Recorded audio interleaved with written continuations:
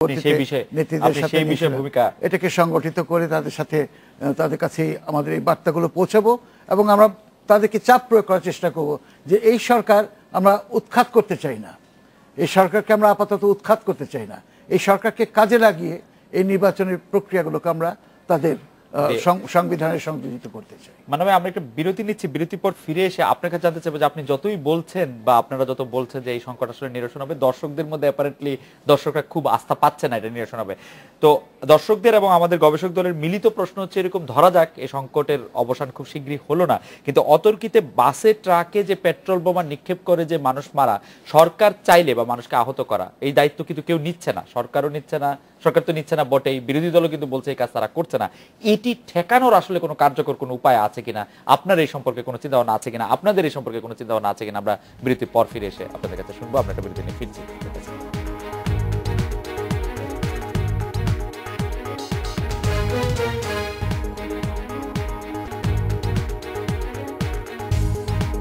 ফিরলাম আজকের বাংলাদেশে। মান্না ভাই, বিরতির আগে আপনাদের কাছে প্রশ্নটা ছিল যে এরকম যে অতর্কিত যে আক্রমণ যার ফলে যে মানুষের মৃত্যু বা হতাহত হওয়া, সেটি কিভাবে প্রতিরোধ করা যেতে পারে, সরকারের পক্ষ থেকে এটি প্রতিরোধ করার আসলেই কোনো উপায় আছে কিনা, যদি না কোনো সমাধান হয়? আমরা অবশ্যই চাইছি যে সমাধান হোক। একটা হলো যে সাধারণভাবে এটা সমাধান চাইছেন, সেটা একটা সামাজিক সমাধানের ব্যাপার হতে পারে। আবার সরকারের কাছে যদি চান তাহলে এটার জবাব সবচাইতে ভালো সরকার দিতে পারে। কিন্তু আমি বলবো যে এই সমস্যাটার জি না, সরকার বলছে যে অতর্কিত আক্রমণ আমি কিভাবে ঠেকাবো, সেই জন্য আপনাকে বলছি না, এটা তো অতর্কিত বলছেন তারা, কিন্তু এটা আসলে অতর্কিত তো নয়।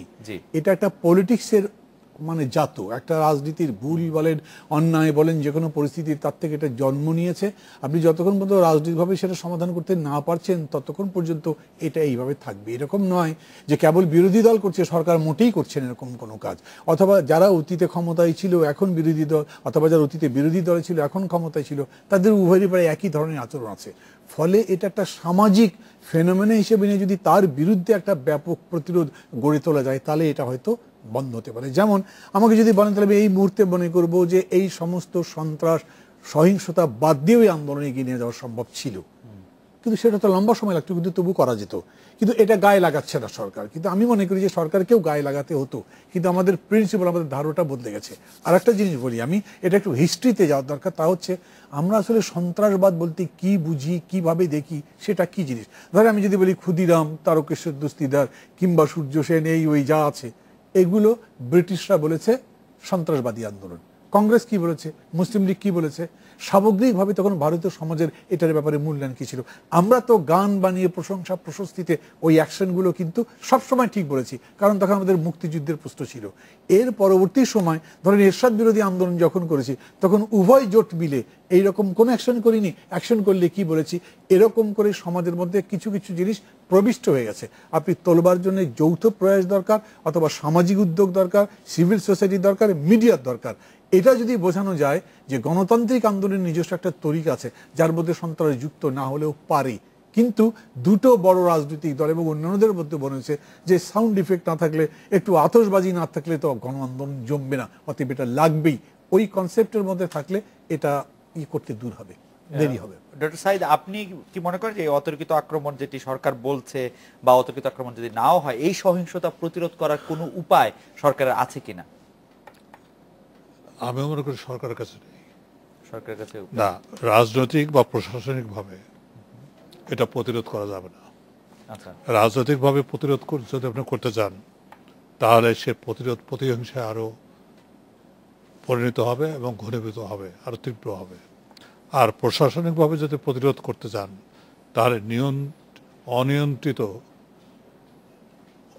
রাষ্ট্রযন্ত্রের যে বাহিনীগুলো আছে আর অনিয়ন্ত্রিতভাবে জনগণের উপরে পক্ষে বিপক্ষে আরো বেশি তারা চড়াও হবে। সেজন্য রাজনৈতিকভাবে এবং প্রশাসনিকভাবে এটা হবে না।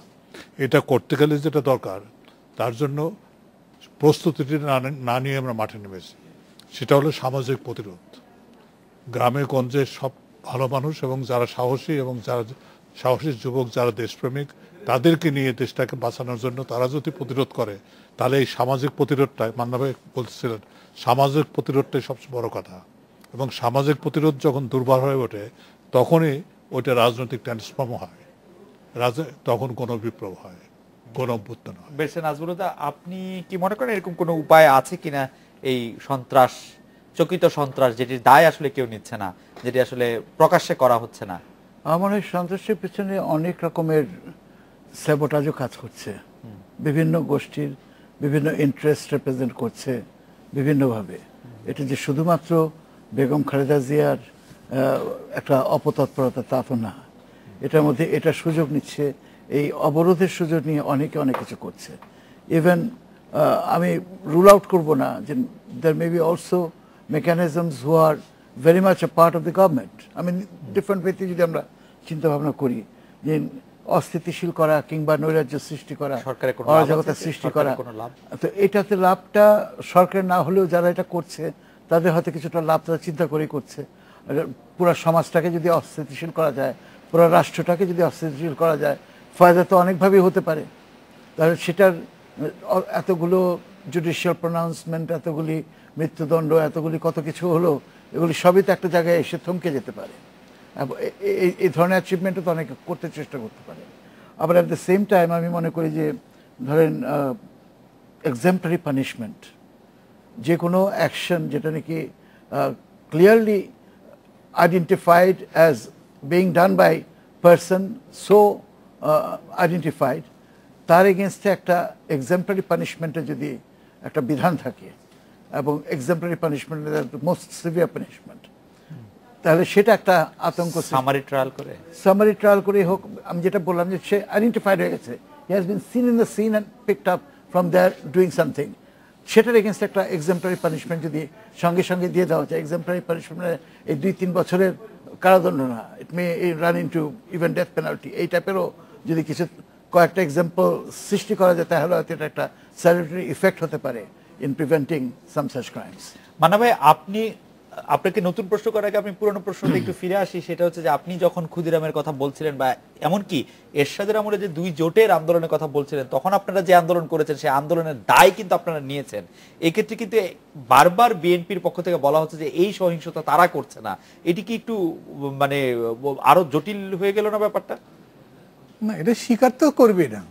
কেন? আপনারা তো করেছেন দাসী, আপনারা তো বলেছেন যে আমরা ওই জায়গাতে গাড়ি চলতে দিব না, গাড়ি গেলে আমরা বোমা মারবো। আমার যদ্দূর মনে আছে যে 90-এর গণ আন্দোলনের সাথে আমি ছাত্র, আমিও তো কিছুটা জড়িত ছিলাম, আমরা তো সেগুলি বুক ফুলিয়ে বলতাম যে আমি এখানে চলতে দিব না, গাড়ি চলে বোমা মারবো, উড়িয়ে দিব। সেটা আপনি বলেছেন, কিন্তু নেতৃত্ব যারা দায় স্বীকার করে কথা বলেন তারা বোমা মারার কথা বলেছেন বলে আপনি আবার ভেবে দেখেন গাড়ি চলতে দিব না, তো সেটা তারা বলেছেন। হরতাল হলে তো গাড়ি চলতে দেবই না, গাড়ি চলতে দিব না। কিন্তু এইটা যেমন ধর এই আন্দোলন যে চলছে, অবরোধ বলছে, অবরোধটা কিন্তু ব্যাখ্যাও করা হয়নি। অবরোধটা কি ডিফাইন করা হয়নি, ডিফাইন করা হয়নি। এটা মানে বক্তৃতা করতে করতে বেগম জিয়া বলেছেন অবরোধ চলবে, উনি কিন্তু বলেন নাই তখন। এক সাংবাদিক কিন্তু এটাকে প্রশ্ন করতে করতে মুখ দিয়ে সেটি বের করে নিয়েছেন। তারপরে সেই অবরোধটা কেমন হবে তার কোনো ব্যাখ্যা নাই। তারপরে যেটা এসছে সেটা মনে হচ্ছে যে ঢাকা শহরকে অবরুদ্ধ করে রাখা হবে। এখন দেখা যাচ্ছে না, বাইরের অন্যান্য শহরও কিছু কিছু অবরুদ্ধ হচ্ছে, আবার ঢাকা শহরের মধ্যে যে যান চলাচল করবে, যা স্বাভাবিক জীবন থাকবার কথা ছিল, সেটাও ব্যাহত হচ্ছে, কারণ বিভিন্নভাবে বোমাবাজি, অগ্নিকাণ্ড যেগুলো সেটা হচ্ছে। ফলে হয়েছে কি, এই আন্দোলন খুব যে গোছালো একটা আন্দোলন হচ্ছে এরকম তো নয়, তো দায় স্বীকার করার তো কোনো প্রশ্ন নেই।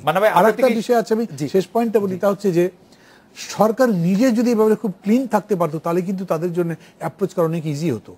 আমি বেগম জিয়াকে আটকে রাখা হচ্ছে জনসভা করতে, সেই প্রসঙ্গটা বলছি না, আমি বলছি পেপার স্প্রে করলেন, এটা তো একটা রাষ্ট্র সন্ত্রাসের মতো। তারপরে যেরকম করে আপনার রিয়াজ রহমানের উপরে অ্যাটাকটা হলো, তার তো কোনো ইনভেস্টিগেশনও হলো না, কি হয়েছে শেষ পর্যন্ত বলছে কি যে ইন্টারন্যাশনাল ক্রিমিনাল কোড বা কারো কাছে এটার ফুটেজ আছে, সেটা গভর্নমেন্টকে দিবে, ওইটা দেখে দেখে ব্যবস্থা নেওয়া। না, ডিএমপি কমিশনার অবশ্য আমাকে বলছেন যে তারা ফুটেজ পেয়েছে, তারা সেই ফুটেজ বিশ্লেষণ করছেন। কিন্তু মানে ভাই, আপনি যদি সেই অবরোধটা যেটি মুখে মুখে প্রচার হয়েছে সেটি বলছেন, আপনাকে দিয়ে যদি শুরু করি যে এই অবরোধের প্রচার বা প্রসারে গণমাধ্যমের ভূমিকা আপনি কিভাবে দেখছেন? গণমাধ্যম বলতে যদি আমি television, radio, newspaper, online মিডিয়াগুলি সবগুলির ব্যাপারে যদি বলি, আপনাকে একটা ছোট্ট কুইক বিশ্লেষণ। আমাদের দেশের গণমাধ্যম গত কয়েক বছর ধরে খুব ভালো ভূমিকা রেখেছে, কিন্তু অতি সাম্প্রতিককালে আমি গণমাধ্যম নিয়ন্ত্রণের একটা চেষ্টা দেখছি। এটা যদি ছেড়ে দেওয়া হয়, তাহলে এটা সামগ্রিকভাবে একটা গণতান্ত্রিক সমাজ নির্মাণে অনেক বেশি ভূমিকা রাখতে পারবে। আমি মনে করছি সেরকম করে এখন রাখতে পারছে না, এই মুহূর্তে রাখতে পারছে না। এই মুহূর্তে বলতে আপনি স্প্যান অফ টাইম কি গত 1 বছর 1.5 বছরের মধ্যে, নাকি এই 1 সপ্তাহ 2 সপ্তাহ? 1 বছর 1.5 বছর তো একটা আছেই, কারণ এই যেটা সাইদ ভাই প্রশ্নটা তুললেন উন্নয়ন না গণতন্ত্রের উপরে বিতর্ক তো হতে পারতো গণমাধ্যমগুলোতেই, আসলে এটা সত্যি কোনটা এবং যা যা বলা হচ্ছে স্ট্যাটিস্টিক্স দেওয়া হচ্ছে